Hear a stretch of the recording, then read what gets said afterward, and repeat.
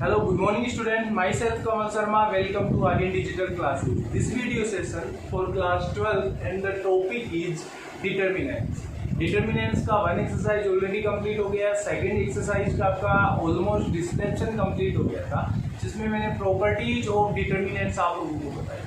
I hope आप लोगों को अच्छे से समझ में आई होगी। और some of the student who don't know how to use this properties, तो वो आपको जैसे जैसे अपन एग्जाम्पल सोल्व करेंगे वैसे वैसे आप लोगों को पता चलता जाएगा कि ये जो आपने प्रॉपर्टीज पढ़ी है वो कैसे सोल्व करते हैं, कैसे इनको इम्प्लीमेंट करते हैं और कैसे आंसर्स अपन निकाल सकते हैं। Is it clear? अच्छा, बात करते हैं एग्जाम्पल से पहले एक बड़ा इंपॉर्टेंट टॉपिक जो आपका रहेगा वो है एलिमेंट्री ऑपरेशंस। एलिमेंट्री ऑपरेशंस आपके मैट्रिसेस के लिए भी होते हैं और एलिमेंट्री ऑपरेशन आपके डिटरमिनेंट्स के लिए भी होते हैं, राइट? अब एलिमेंट्री ऑपरेशंस होते क्या है, कैसे इनको परफॉर्म करते हैं, और ये जो है परफॉर्मेशन कब होता है इनका, क्यों यूज किया जाता है। Is it clear? तो यहाँ पे स्टार्टिंग में मैं बताऊंगा आप लोगों को हाउ कैसे करना है, राइट? व्हेन ये कंडीशन में बताऊंगा जब एग्जाम्पल सोल्व करना। Is it clear?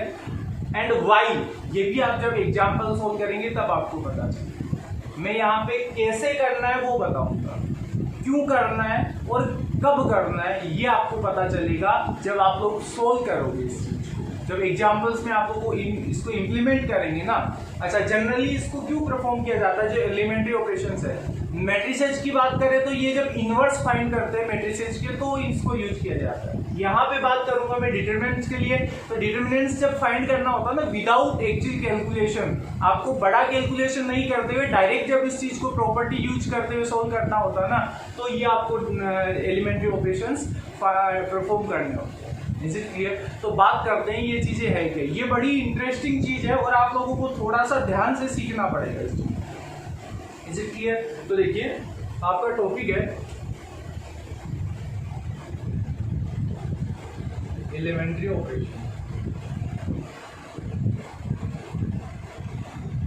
Elementary operation जो है अभी बात करूंगा मैं सिर्फ डिटरमिनेंट्स के लिए। डिटरमिनेंट्स के बाद में आपके मैट्रिसेस के लिए भी यूज होने वाला है। मेथड सेम रहता है, थोड़ा सा डिफरेंस होता है, तो वहां पे आपको दोबारा इस चीज को समझाने की जरूरत नहीं पड़े। दैट्स व्हाई यहाँ पे थोड़ा सा इसको लेंथी खींचने वाला, थोड़ा सा लंबा चलेगा ये जो सेशन चलेगा। तो इस चीज के लिए एलिमेंट्री ऑपरेशंस आपको बहुत ही अच्छे से क्लियर करना है। जो भी डाउट्स होते हैं आप लोग मेरे से कंफर्म कर सकते हो। अदरवाइज जो जो कंसेप्ट मैं यहाँ पे बताऊंगा आप लोगों को ईच एंड एवरीथिंग आपको माइंड में रखनी है। Is it clear? अच्छा, बात करें इसके थ्री परफॉर्मेंस होते हैं एलिमेंट्री ऑपरेशंस। फर्स्ट वाला जो ऑपरेशन होता है वो होता है आपका R1 to RJ, RI to RIJ, जो भी आपका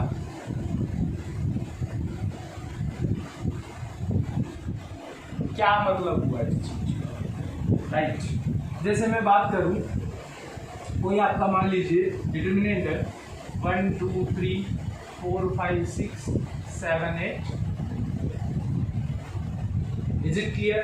नाउ अपने को पता है ये वाला मैं परफॉर्म कर रहा हूँ, मतलब R जो है ना, अच्छा यहाँ पे RI और J का यहाँ पे मेंशन करूँ मैं। अच्छा, ये एरो है ना डबल साइडेड होना चाहिए, एरो डबल साइडेड होता है। It's mean R1 converted into R2 and R2 converted into R1। सीधा सा मतलब ये होता है कि R1 को R2 की जगह रख दो और R2 को R1 की जगह रख दो। Is it clear? या फिर R1 को R2 में कन्वर्ट कर दो, ये लीजिए R1 को R2 में कन्वर्ट कर दो, इसका मतलब हो जाता है R2 को R1 में कन्वर्ट कर दो। सेम एज इट इज, ये तो आपका रो के लिए होता है, कॉलम के लिए भी होता है, CI कन्वर्टेड इनटू, इसको ट्रांसफॉर्मेशन ऑपरेशंस भी बोलते हैं कि ट्रांसफॉर्मेशन किया जाता है रो का दूसरी रो के साथ, कॉलम का करस्पॉन्डिंग कॉलम एलिमेंट के साथ जो भी आप लोगों का है, तो CJ के साथ में इसको ट्रांसफॉर्मेशन से शुरू किया जाता है। तो दोनों आप लोगों के यहाँ पे यूज होने वाले हैं। इसमें होता क्या है, R1 को R2 की जगह रख सकते हैं या 2 को 1 की जगह रख सकते हैं। वही आप लोग R3 to R1 भी कर सकते हो, R3 to R1, R3 को R1 की जगह प्लेस करिए, R1 को R3 की जगह प्लेस करिए। Is it clear? तो ये वाला जो सिस्टम होता है ये आप लोगों को मेनली यूज करना होता है। अच्छा, रेयर केस में यूज नहीं होता है, ये तो कॉमन यूज है इसका। कॉलम की जैसे, अच्छा इसकी बात करूं तो मैं जैसे आप लोगों ने R3 और R1 का ट्रांसफॉर्मेशन किया तो A इक्वल्स टू क्या हो जाएगा 7 8 9। R3 R1 की जगह चला गया और R1 R3 की जगह, ये आपका चेंज नहीं होने वाला है।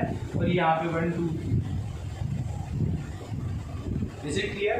ये ट्रांसफॉर्मेशन ऐसे शो करते हैं। कॉलम का करें जैसे C1, इसी की बात करें C1 to C2, C1 किस में कन्वर्ट हो गया C2। ये डबल साइडेड एरो का मतलब दोनों आपस में इंटरचेंज हुए हैं, राइट। मैं बात करूँ ये वाला एलिमेंट जो आपका आएगा, देखिए C1 ये है, C2 ये, मतलब ये इधर गया 2 5 8 1 4 7 और थर्ड वाले में नो चेंज। ये इसका इंटरचेंज हो गया, इसको ट्रांसफॉर्मेशन। Is it clear? अच्छा एक चीज और, इसका डिटर्मिनेंट अलग है, इसका डिटर्मिनेंट अलग है, इसका डिटर्मिनेंट अलग है। डिटर्मिनेंट्स अलग होते हैं, ये फिर सिर्फ ट्रांसफॉर्मेशन होते हैं। ट्रांसफॉर्मेशन क्यों किए जाते हैं ये मैंने क्या कहा, अभी मैं सिर्फ इतना बताऊंगा हाउ, कैसे करना है। वाई ये मैं बताऊंगा जब एग्जाम्पल सोल्व करेंगे, एंड व्हेन ये भी मैं बताऊंगा जब आप लोग एग्जाम्पल सोल्व करेंगे। ये कंडीशनली होते हैं, कंडीशन के अकॉर्डिंग आप इनको चेंज कर सकते हैं। Is it clear? तो ये आपका फर्स्ट कंडीशन था। फर्स्ट कंडीशन में आपको रो टू रो चेंज करते हो, जो आपके इंफॉर्मेशन है वो आप लोग इंटरचेंज कर सकते हो, जो भी आपके ऑब्जेक्ट्स है वो इंटरचेंज कर सकते हो। Is it clear? ये भी आपका कॉलम टू कॉलम ट्रांसफॉर्मेशन है, तो कॉलम टू कॉलम भी आप लोग ट्रांसफॉर्मेशन कर सकते हो। आप लोग चाहो तो इसका इसमें कन्वर्ट कर दो, इसका उसमें, C1 को C3 में कर दो, C1 को C2 में कर दो, C2 को C3 में कर दो, जैसे भी आप लोग कर सकते हो, जैसे आप लोग कर देना। अब ये तो हाउ का आंसर हुआ, राइट। अब इसके अलावा सेकंड वाला, इससे पहले आप लोग चाहो तो इसका एक स्क्रीनशॉट ले सकते हो, otherwise pause the video to note it down.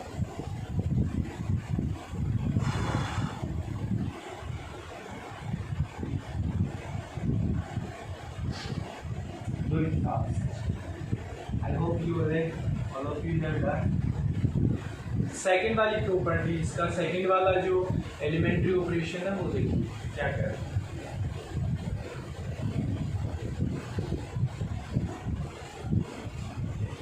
देखिए सेकेंड एलिमेंट्री ऑपरेशन जो है वो है आपका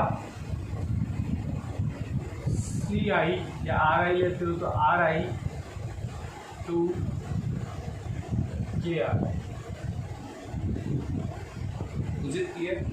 क्या चीज है, मतलब जैसे आप लोगों का कोई एलिमेंट्री ऑपरेशन, सॉरी ये आपका डिटर्मिनेंट है 1 2 3 4 5 6 7 8 इज इट क्लियर? 1 2 3 4 5 6 7 8 9, ये आप लोगों का एलिमेंट्री ऑपरेशन हो गया। अब यहाँ पे आप किसी भी पर्टिकुलर रो की बात करो, अच्छा ये कॉलम के लिए भी अप्लाई है, CI के CI, ये चाहे तो आप रो के लिए इम्प्लीमेंट कर सकते हो चाहे कॉलम के लिए, मतलब पर्टिकुलर आप किसी भी नंबर को आप इनटू कर सकते हो रो की करस्पॉन्डिंग रो के। जैसे आप लोग C1 की बात करते हो, C1 यहाँ से और 2C1, C1 to 2C1। अब जैसे ये वाली किया तो इसका मतलब क्या हो कि C1 की जगह आपको क्या प्लेस करना है, 2 into C1। C1 के जितने भी ऑब्जेक्ट है, ये C1 के ऑब्जेक्ट है, इनको 2 से इंटू करके आप इंप्लीमेंट कर सकते हो। Then A is equal to 2 से आपको C1 के 2 8 और 7 2 जा 14, बाकी आपके चेंज नहीं होते 3 6 एंड 9। ये तो कॉलम के लिए। और रो के लिए बात करें तो R2 इंटरचेंज इनटू 3R2, तो आपका जो डिटर्मिनेंट होगा वो क्या होगा, सेम उसी की बात कर रहा हूँ फिर से। R2 को किया, R2 कौन सा है ये वाला, इसको 3 से इंटू करना है, बाकी सारे सेम रहेंगे आपको। 3 से किया 4 3 जा 12 15 एंड 6 3 जा 18, बाकी 7 8 एंड 9। Is it clear? एक चीज और, आप लोग जैसे आप लोगों को दिया जाता है, ये तो आप लोग चाहो तो नोट कर लीजिए, ये तो इतनी प्रॉपर्टी है इसकी, ये एलिमेंट्री ऑपरेशन सेकंड था। इजी या हार्ड नहीं है, लेकिन इनका यूज करना थोड़ा सा डिफरेंट होता है। All of you get that?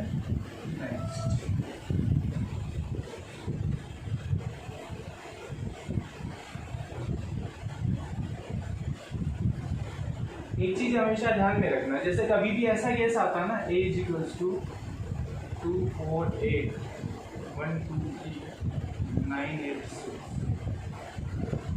अब आप लोगों को यहाँ से जैसे ये वाला है, इससे आप लोग डायरेक्टली कॉमन ले सकते हैं 2 कॉमन लीजिए, 1 2 4, यहाँ पे 1 2 3 एंड 9 8 6। ये आप लोग डायरेक्टली 2 कॉमन ले सकते हो, कोई भी सिंगल रो या सिंगल कॉलम से। जरूरी नहीं है कि पूरे आपको ऑब्जेक्ट से ही 2 कॉमन लेना पड़े। डिटरमिनेंट का ये फायदा है कि आप लोग चाहे तो रो से कॉलम ले लो, चाहे पर्टिकुलर इससे कॉलम। जैसे इसकी बात करो, आप लोग चाहो तो इससे भी 2 कॉलम कॉमन ले सकते हो। तो यहाँ पे क्या, पहले वाला तो यही रहता ना, यहाँ पे तो 4 का 2 बन गया था, ये वाला सेम रहता 2 8, और ये वाला यहाँ से 1 और यहाँ पे 4। चाहे तो आप इधर से कॉमन ले लीजिए, चाहे आप इधर से। पर्टिकुलर आप लोग रो से या कॉलम से कुछ भी कॉमन ले सकते हैं। Is it clear now? Third and last आपकी जो प्रॉपर्टी रहेगी एलिमेंट्री ऑपरेशन की, तो वो देखिए क्या रहेगी। R1 सॉरी RI, आई से डिनोट कर देते हो, बाद में आप लोग चाहो तो किससे भी कर देते हैं, RI प्लस K RD। वही आपका कॉलम के लिए रहेगा क्या, CI and CI plus CJ। अच्छा ये चीज है क्या, एलिमेंट्री ऑपरेशन वैसे 3 होते हैं, लेकिन ये 6 बन जाते हैं। 3 आपके कॉलम के लिए होते हैं, 3 रो के लिए होते हैं, बाकी सेम रहते 3 है, दोनों प्रॉपर्टी सेम चलती। इसमें कॉलम रहेगा और उसमें आपका रो बन जाएगा, बाकी कुछ खास फर्क नहीं रहेगा। अब देखो इसको कैसे परफॉर्म करते हैं।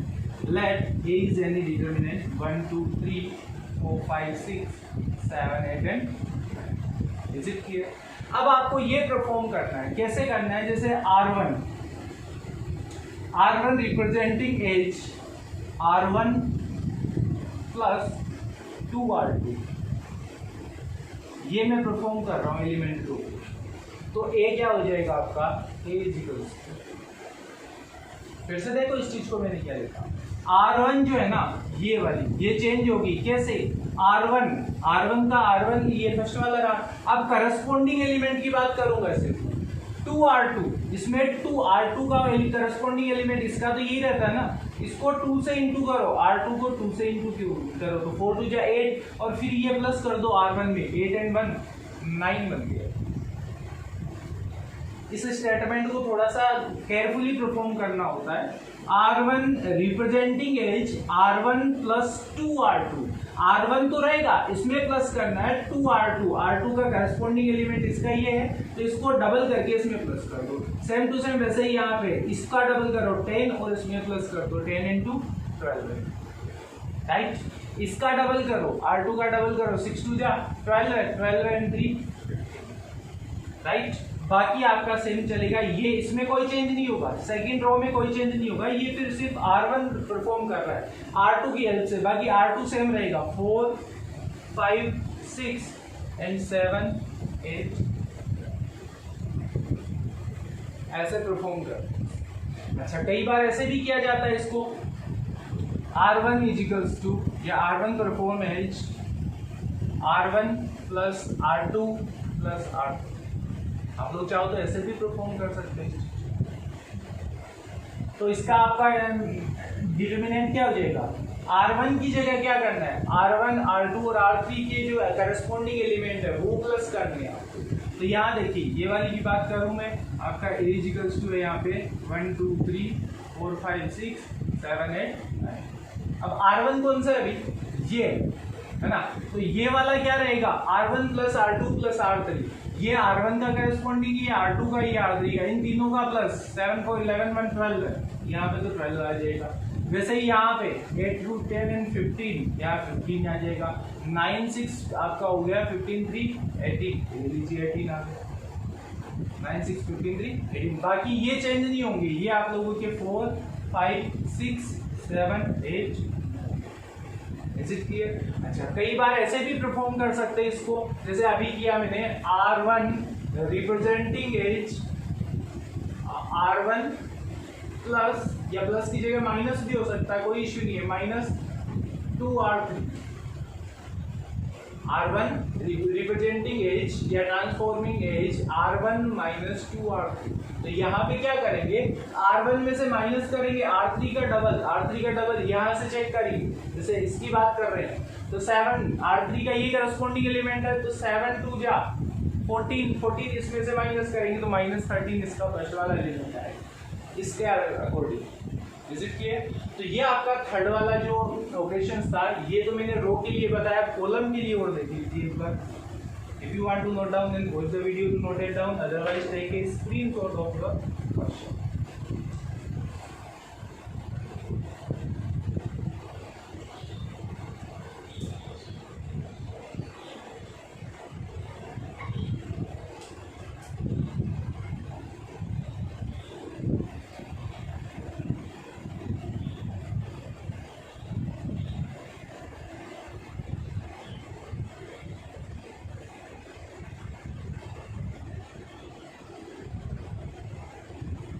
Yes, copy of that. Next, इसी आपको एलिमेंट्री ऑपरेशन को मैं कॉलम के अकॉर्डिंग परफॉर्म करूंगा। देखिए कॉलम के अकॉर्डिंग कैसे परफॉर्म करेंगे। Let A is equals to A B C E F G H I, right? You have to find like that C2 representing as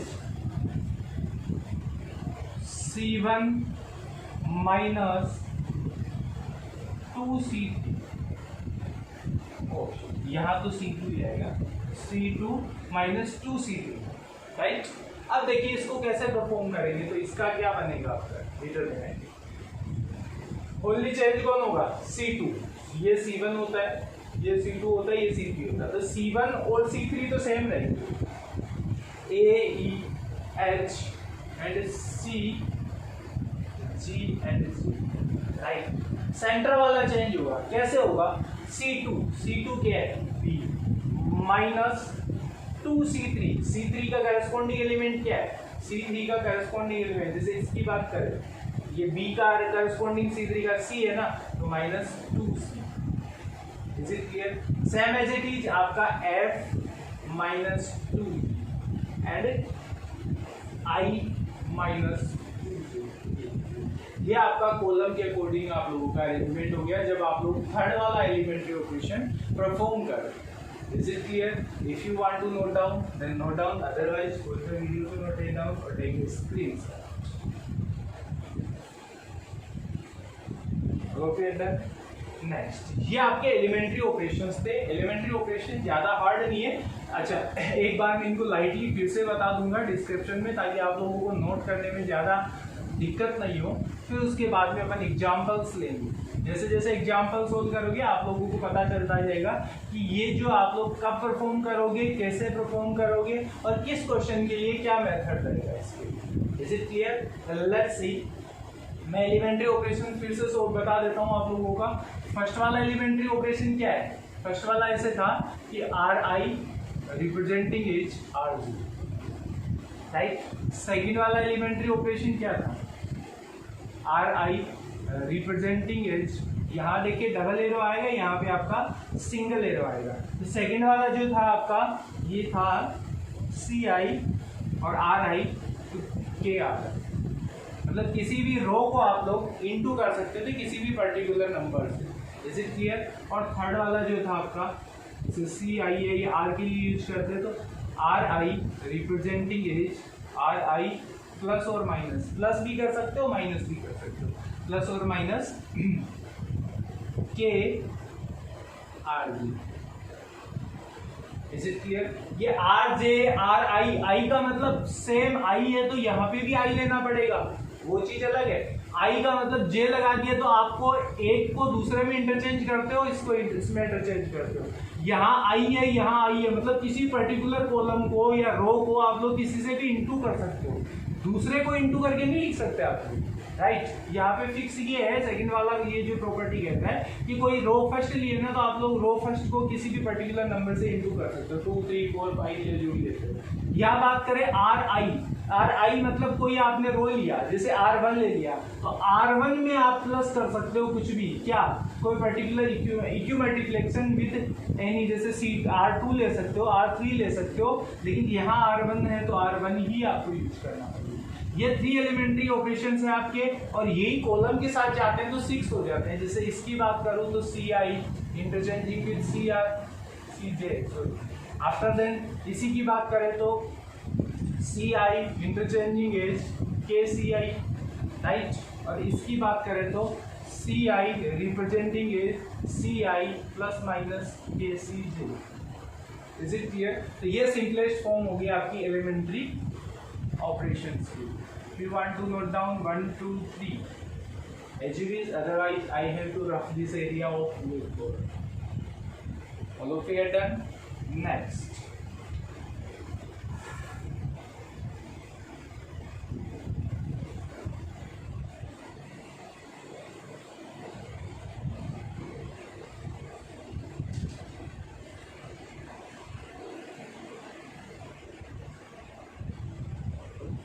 अब देखिए फर्स्ट जो आपका example number 8, let me talk about example number 8, and example number 8 से without expanding find the value of delta और determinant, right. आपको इस जो determinant दे रखा है इसकी वैल्यू फाइंड करनी है विदाउट एक्सपेंडिंग। आपको एक्सपेंडिंग वाला फॉर्म नहीं लगाना है जो पहले फॉर्म लगा रहे थे ना आप लोग, पहले C1 के अकॉर्डिंग या C1 या R1 के अकॉर्डिंग लेते थे, तो R1 का फर्स्ट एलिमेंट A11 इंटू जो भी आप लोग क्रॉस मल्टीप्लाई करके इसको सोल्व करते थे, वो वाला मेथड आप लोग यूज नहीं कर सकते, विदाउट एक्सपेंडिंग करना है। तो देखिए क्वेश्चन क्या है आपका, डिटरमिनेंट जो है आपका वो है 49, 1, 6, 39, 7, 4 और लास्ट वाला जो है 10, 2, 1। अच्छा अब देखिए एक मैंने प्रॉपर्टी बताई थी आपको, प्रॉपर्टी ये थी कि जब C1 C2 के इक्वल हो या R1 R2 के, मतलब आइडेंटिकल हो जाए। कैसे आइडेंटिकल?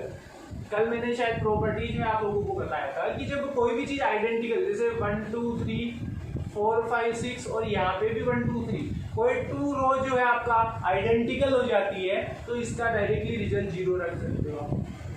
बताया था इसको C1 इजिकल टू C2 और यहाँ R1 है तो R1 equal to R3 property, इसका डायरेक्टली रिजल्ट 0 आ जाता है। वैसे ही कॉलम हो जाए ना, कॉलम की बात करूँ जैसे 1 2 3 4 5 6 और 1 2 यहाँ पे देखिए C1 C3 के इक्वल हो गया था तो डायरेक्टली इसका 0 है। मतलब कोई भी 2 एलिमेंट्स जो आप लोगों की करस्पॉन्डिंग, चाहे तो बात करिए कॉलम की चाहे बात करिए रो की, 2 कॉलम या 2 रो इक्वल हो जाती है तो उसको डायरेक्टली आप क्या बोल सकते हो, डिटरमिनेंट 0 बोल सकते हो। Is it clear? Easy pattern चलेगा, बहुत ही इजी तरीके से इसको आप लोगों को फ्लो करना है ना। अब देखिए यहाँ पे क्या करेंगे, हम इसको इक्वल बनाएंगे, किसी भी चीज को आप इक्वल बनाएंगे। कैसे बनाएंगे भाई, जैसे आप लोग चाहो तो इसमें ऑपरेशन लगा सकते हो कॉलम के लिए, कॉलम के लिए ऑपरेशन लगा दो, चाहे आप लोग इसके लिए लगा दो। तो जैसे C1, जैसे इसने क्वेश्चन के अकॉर्डिंग करे अपन, तो C1 ट्रांसफॉर्मिंग है C1 माइनस 8C3। अब देखिए ये वाला इसने परफॉर्म किया तो आप लोगों को क्या बनेगा, A इजिकल्स टू, चेक करिए C1 कौन सा, ये C1 है, ये C2 है, ये C3। आपको चेंज कौन करना है, C1 को चेंज करना है। कैसे कि C1 में से माइनस करना है किसको, 8C3 को, 8C3 इसको 8 से इंटू कर दो, इंटू 8 तो C3 यही है ना आपका, इसको इंटू कर दो 8 से और माइनस कर दो इससे, 8 6 जा 48, 49 से माइनस हुआ तो बचा कौन, 1। Is it clear? 73, 8 4 जा 32, राइट, 8 4 जा 32 इसमें से माइनस किया तो बचा 7, राइट। आफ्टर देन 8 1 जा 8 आपका 10 में से माइनस हुआ तो बचा क्या, तो कॉलम तो फर्स्ट वाला चेंज होगा, बाकी तो सारे वैसे ही रहेंगे। ये आपका 1 7 2 रहा और ये आपका 6 4 एंड 1 रहा। Is it clear? अब देखिए कौन सी प्रॉपर्टी लग रही है, यहाँ पे वही प्रॉपर्टी लग रही है, if two columns are identical, then the determinant of the given determinant will be 0. तो आंसर आपका क्या हो गया? 0. आपने देखिए इस चीज को एक्सपेंड किए बिना डायरेक्टली इसमें प्रॉपर्टी लगाई, डायरेक्टली आप लोगों ने एलिमेंट्री ऑपरेशन किया. एलिमेंट्री ऑपरेशन बहुत ही कंपल्सरी हो जाता है ना. एलिमेंट्री ऑपरेशन किया और प्रॉपर्टी बता दी कि वैसा हमने ये प्रॉपर्टी लगाई है C1 = C2 then delta = 0. Is it clear? आप लोग चाहो किन्हीं भी टू को आप लोगों को इक्वल बनाना, किन्हीं भी टू को आप लोगों को इक्वल बनाना, बाकी आप लोगों का काम डायरेक्टली हो गया. Is it clear? 3 elementary operation बताया ना. 3 एलिमेंट्री ऑपरेशन यूज करते हुए आप लोगों को प्रॉपर्टीज तक लेके जाना और प्रॉपर्टीज में डिफाइन कर देना. अच्छा, क्वेश्चन जो ऐसे क्वेश्चंस आप लोगों को सोल्व करने का मेथड क्या होता है? सीधी सी बात, आपको क्या पता चलेगा कि इसी को क्यों करें अपन, इन दोनों को क्यों नहीं ट्रांसफर किया? तो इसके लिए एक चीज बताता हूं आप लोगों को. इन क्वेश्चंस में आप लोगों का दिमाग बहुत कम चलता है, बहुत कम चलेगा. इसमें है ना, आप लोग जितने क्वेश्चंस अटेम्प्ट कर रखे हैं ना बुक से, उन्हीं क्वेश्चंस के आप लोग ऑपरेशन परफॉर्म कर पाओगे. साइड का कोई क्वेश्चन आएगा नहीं आपके, ना तो एग्जाम में आएगा ना टेस्ट में आएगा. जितने क्वेश्चन बुक में दे रखे हैं उनका आपको पर्टिकुलर मेथड पता रखना होता है कि इसमें आपको क्या करना होता है, कौन सा एलिमेंट्री ऑपरेशन कैसे परफॉर्म करना होता है. Is it clear? That is very very important for you.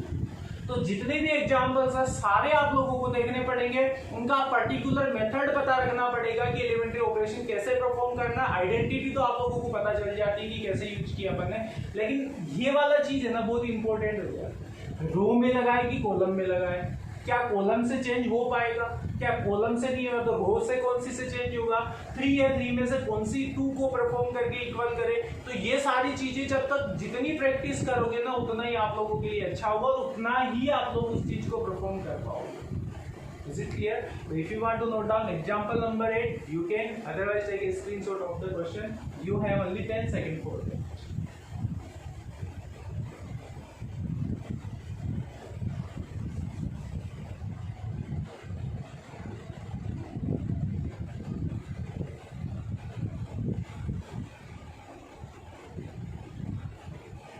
Yes, all of you are done.